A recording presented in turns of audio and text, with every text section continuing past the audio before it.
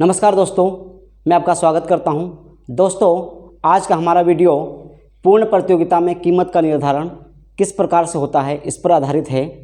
दोस्तों, कीमत का निर्धारण किस प्रकार होता है इसको समझने से पहले हम यह समझ लें कि पूर्ण प्रतियोगिता किसे कहते हैं।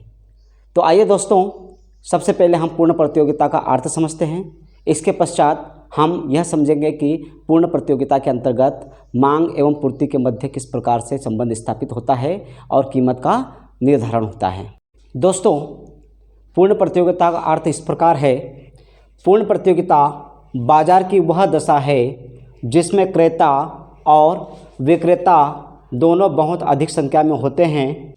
अतः कोई भी एक क्रेता या विक्रेता बाजार की संपूर्ण मांग या पूर्ति को प्रभावित नहीं कर पाता है। दोस्तों, इसके पश्चात हम पूर्ण प्रतियोगिता के अंतर्गत बाजार में मांग एवं पूर्ति की शक्तियों के द्वारा किस प्रकार से कीमत का निर्धारण किया जाता है इसको समझने का प्रयास करते हैं। दोस्तों, पूर्ण प्रतियोगिता के अंतर्गत मांग एवं पूर्ति की दोनों शक्तियां समान कार्य करती है।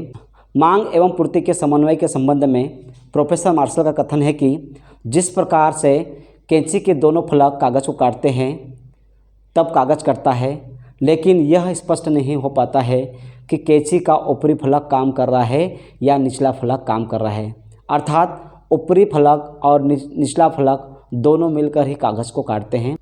उसी प्रकार वस्तु के मूल्य निर्धारण में भी मांग एवं पूर्ति की शक्तियाँ समान रूप से कार्य करती है। दोस्तों, इस रेखाचित्र के माध्यम से पूर्ण प्रतियोगिता के अंतर्गत कीमत का निर्धारण किस प्रकार से होता है इसको स्पष्ट किया गया है। हमने OX अक्ष पर मांग एवं पूर्ति को दर्शाया है, OY अक्ष पर वस्तु की कीमत को दर्शाया है, SS हमारा पूर्ति वक्र है और DD हमारा मांग वक्र है। दोस्तों, यदि किसी वस्तु का मूल्य B बिंदु पर निर्धारित होता है तो यहाँ पर मांग की तुलना में पूर्ति अधिक है, अर्थात अतिरिक्त पूर्ति होगी। यदि F बिंदु पर वस्तु की कीमत का निर्धारण होता है तो यहाँ पर अतिरिक्त मांग अधिक होगी। अतः ये दोनों बिंदु ऐसे हैं जहाँ पर वस्तु की कीमत का निर्धारण नहीं हो सकता है। E बिंदु एक ऐसा बिंदु है जहाँ पर वस्तु की मांग और वस्तु की पूर्ति दोनों एक दूसरे को समान स्तर पर काटती है। अतः ए बिंदु ही वह साम्य बिंदु है जहाँ पर मांग और पूर्ति की शक्तियाँ समान होती है और यह वही बिंदु है जिस पर कीमत का निर्धारण हो सकता है।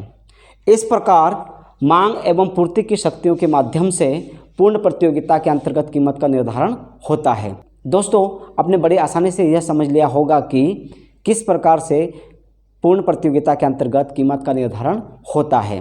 दोस्तों, यदि आपको मेरा वीडियो पसंद आया है तो आप इसे लाइक करें, शेयर करें और सब्सक्राइब करें। बहुत बहुत धन्यवाद।